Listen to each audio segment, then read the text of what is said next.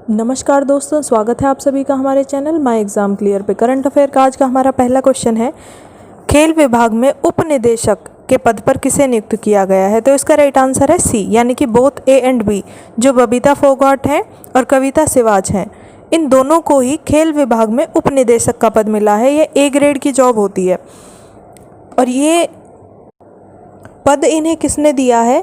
तो जो खेल राज्य मंत्री हैं संदीप सिंह, कौन से राज्य में? हरियाणा राज्य के जो खेल राज्य मंत्री हैं संदीप सिंह, उन्होंने ये पद इन्हें दिया है।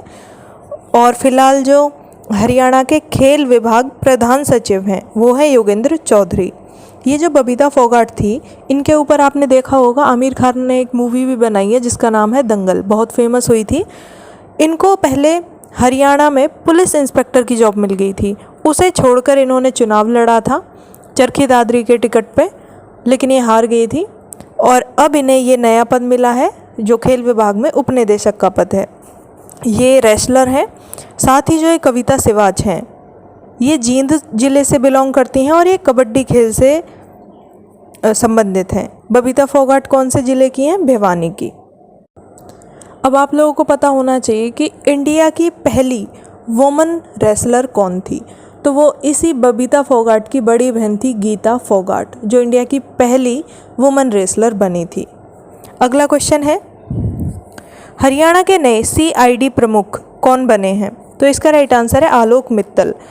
इससे पहले जो सीआईडी प्रमुख थे अनिल कुमार राव, उनकी रिटायरमेंट होनी थी 31 जुलाई को, लेकिन 31 जुलाई को जो छुट्टी थी, इस वजह से इन्हें 30 जुलाई को यानी कि थर्सडे को ही रिटायर कर दिया गया था और अब इनका स्थान लिया है आलोक मित्तल ने। अगला क्वेश्चन है, हाल ही में शहीदी दिवस कब मनाया गया है? तो इसका राइट आंसर है 31 जुलाई। कौन सा शहीदी दिवस मनाया गया है?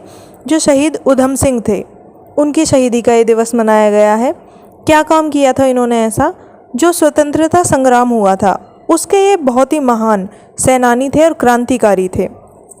जब जलियांवाला बाग हत्याकांड हुआ था 1919 में, उस टाइम पे जो गवर्नर थे, पंजाब के गवर्नर जनरल थे माइकल ओ ड्वायर, उनको इन्होंने गोली मारी थी और फिर बाद में 31 जुलाई 1940 को इनकी मृत्यु हो गई थी। शहीद हुए थे ये, इसीलिए 31 जुलाई को शहीदी दिवस मनाया जाता है। अगला क्वेश्चन है, नई शिक्षा नीति को पूरी तरह चरणबद्ध तरीके से लागू करने की समय सीमा कब तक की गई है? इसका राइट आंसर है 2035 तक। 2024 तक जो भी नई शिक्षा नीति बनी है उसका 75% लागू कर दिया जाएगा। बाकी का जो बचेगा वो धीरे धीरे पूरा होता रहेगा और 2035 तक पूरा 100% ये लागू कर दिया जाएगा। बहुत सारे चेंज तो इसी साल में आपको देखने को मिल जाएंगे। अगला क्वेश्चन है, हाल ही में पृथ्वी विज्ञान मंत्रालय ने भारत मौसम विभाग के लिए कौन सी मोबाइल ऐप लॉन्च की है? तो इसका राइट आंसर है मौसम। जो ऐप लॉन्च करी है उसका नाम है मौसम। और ये जो पृथ्वी विज्ञान मंत्रालय है उसके मंत्री हैं फिलहाल डॉक्टर हर्षवर्धन। इसको एस्टैब्लिश किया गया था 2006 में और इसका हेडक्वार्टर है न्यू दिल्ली में।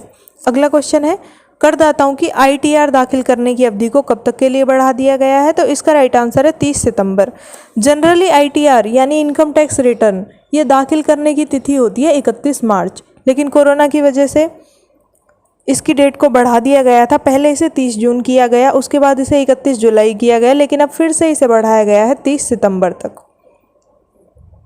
जो इनकम टैक्स डिपार्टमेंट है उसका हेड ऑफिस है न्यू दिल्ली में और फिलहाल इसके अगर हम मंत्री की बात करें तो वो होता है जो भी फाइनेंस मिनिस्टर हो, और फिलहाल फाइनेंस मिनिस्टर है इंडिया की निर्मला सीतारमण। अगला क्वेश्चन है, हाल ही में किस बैंक ने अनिल अंबानी समूह के मुख्यालय को कब्जे में ले लिया है? तो इसका राइट आंसर है यस बैंक। ये जो यस बैंक है एक प्राइवेट बैंक है। इसने इसे कब्जे में लिया क्यों है? जो ये अनिल अंबानी की जो समूह है उस पर 2,892 करोड़ का कर्ज था इस वाले बैंक से जो लिया था, और वो इसे चुका नहीं पाए थे, इसीलिए उन्होंने कब्जे में ले लिया है।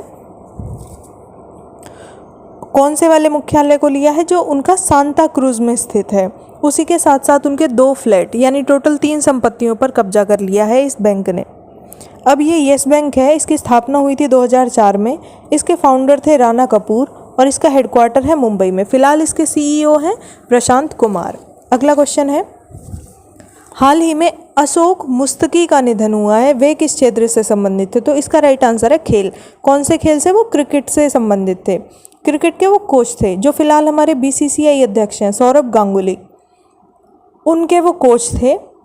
अब ये बीसीसीआई क्या होता है? Board of control for cricket in India. इसकी स्थापना हुई थी दिसंबर 1928 में।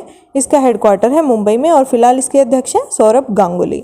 अगला क्वेश्चन है, किस देश ने वहाँ फंसे लोगों की वीज़ा अवधि बढ़ाने का फैसला लिया है? तो इसका राइट आंसर है ब्रिटेन।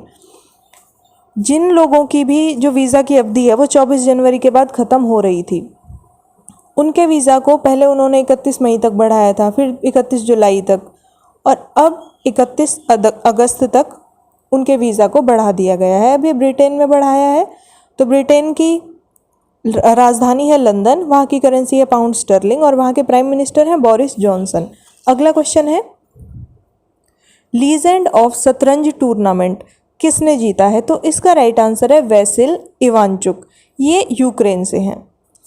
इन्होंने लास्ट में हराया है विश्वनाथन आनंद को, जो कभी इंडिया के बेस्ट प्लेयर माने जाते थे और इन्हें शतरंज का ग्रैंड मास्टर का खिताब कई बार मिल चुका है। लेकिन इस वाले टूर्नामेंट में इनकी लगातार 8 बार हार हुई है। ये केवल एक कंपटीशन जीते थे और अब इनकी रैंकिंग है जो 10 में से 9वें स्थान पर ही आए हैं।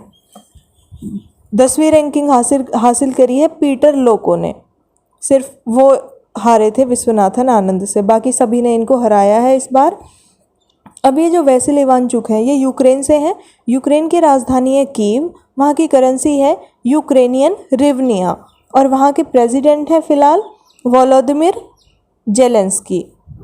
अब आज की जानकारी, 31 जुलाई 1948 को युद्धपोत यूएसएस अमेरिका ये डूब गया था। जब नौसेना का अभ्यास हो रहा था उस टाइम पे डूब गया था और ये इकलौता ऐसा युद्धपोत था जो सेकेंड वर्ल्ड वॉर में पर्ल हार्बर पर हमले के बाद बचा था। अब कल मैंने आपसे क्वेश्चन पूछा था कि बांग्लादेश भारत से कब अलग हुआ था, तो इसका राइट आंसर है 1971। इसको पूर्वी पाकिस्तान भी कहा जाता है। ये अलग कब हुआ था? जब भारत और पाकिस्तान का युद्ध हुआ था, उसके बाद ये घोषणा कर दी गई थी कि हमें पूर्वी पाकिस्तान भी चाहिए, तब ये अलग हुआ था 1971 में इंडिया से। अब आज का क्वेश्चन, हरियाणा में कुल कितने ज़िले हैं? आपके ऑप्शन है 19, 20, 21 या 22। इसका आंसर आपको कमेंट बॉक्स में लिखना है और जितना आपको डिटेल में पता है उतना डिटेल में लिखना है। साथ ही आप हमारी वीडियो को लाइक करें, शेयर करें और हमारे चैनल को सब्सक्राइब करें और बेल आइकन को दबाएं, जिससे कि सारी अपडेट आपको टाइम से मिलती रहे। धन्यवाद।